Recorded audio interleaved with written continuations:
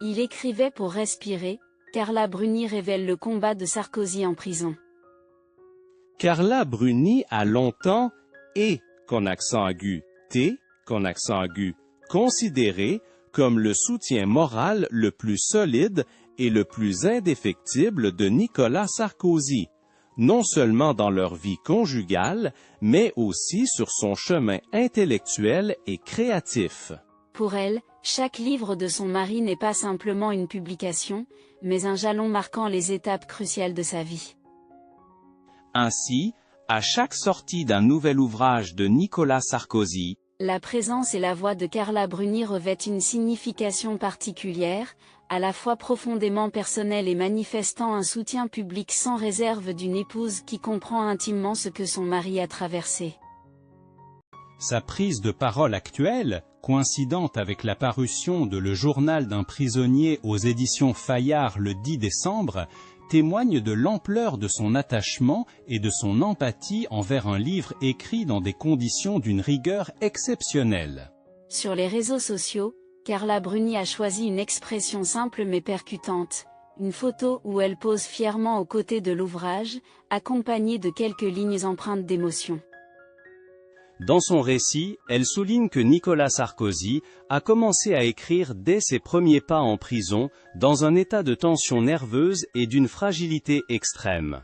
Tu écrivais comme si tu essayais de respirer, virgule.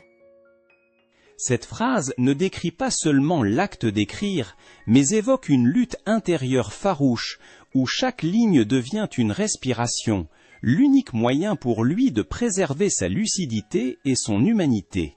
Écrire, selon Carla Bruni, était pour son époux le moyen de ne pas sombrer dans l'obscurité, de ne pas perdre l'équilibre et de ne pas se laisser submerger par la révolte ou la colère. Selon Carla Bruni, ce journal d'un prisonnier n'est pas seulement un livre écrit dans des circonstances particulières, mais un véritable fil d'Ariane qui a permis à Nicolas Sarkozy de ne pas se couper du monde extérieur durant ses jours d'incarcération.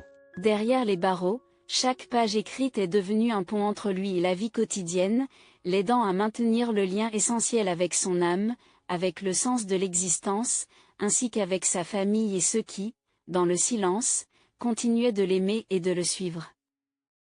Selon elle, c'est précisément cette connexion qui a permis à l'ancien président de ne pas s'égarer au milieu de l'isolement et d'une épreuve psychologique prolongée.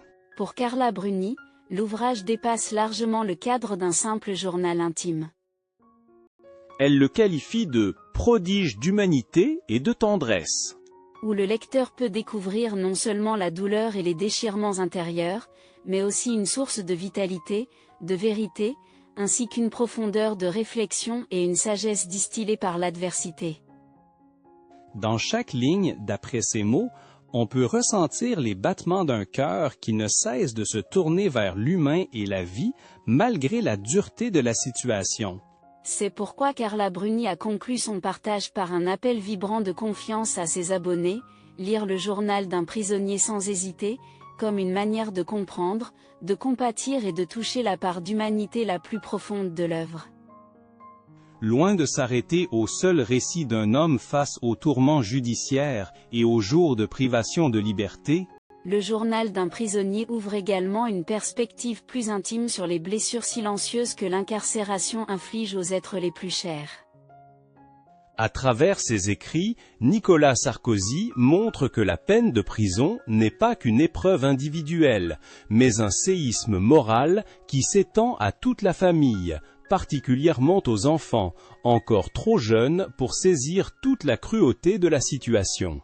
Dans le manuscrit que Gala FR a pu consulter avant la sortie officielle, l'ancien président consacre de longs passages à sa fille cadette, Julia, alors âgée de 14 ans, avec une plume empreinte d'une tendresse infinie, de fierté et de la culpabilité d'un père.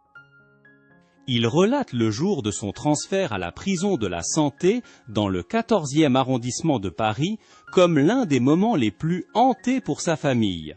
Dans ce contexte de tension et de chaos, Julia, bien qu'ayant souffert d'une forte fièvre toute la nuit et étant à bout de force, a insisté pour apparaître aux côtés de ses frères devant les partisans massés autour de la Villa Montmorency. Julia a tout fait pour faire face à la situation. Elle était malade et tenait à peine debout, écrit Nicolas Sarkozy, relatant les faits tout en laissant transparaître la douleur d'un père témoin de l'effort surhumain de sa fille face à un événement bien trop lourd pour ses 14 ans.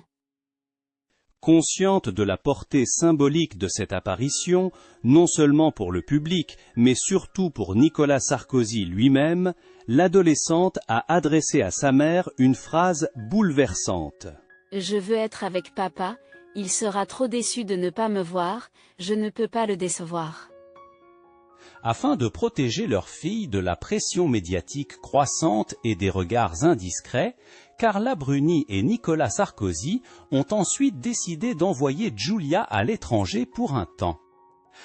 Depuis Madrid, où la famille possède une propriété, la jeune fille a maintenu un contact permanent avec son père par téléphone, préservant ainsi le lien malgré la séparation. Giulia a exprimé à plusieurs reprises son souhait de rendre visite à son père en prison, un vœu qui a poussé ses parents à une longue réflexion avant d'y consentir. Cette rencontre finale fut, selon les mots de Nicolas Sarkozy, un moment d'une émotion indicible, où l'amour paternel a transcendé toutes les barrières matérielles et judiciaires, laissant une empreinte indélébile dans la mémoire du père comme de la fille. À travers le journal d'un prisonnier, Nicolas Sarkozy ne se contente pas de raconter ses jours derrière les barreaux. Il dessine le portrait d'une famille dans la tourmente, où l'amour, la solidarité et un courage silencieux deviennent les piliers nécessaires pour traverser les heures les plus sombres.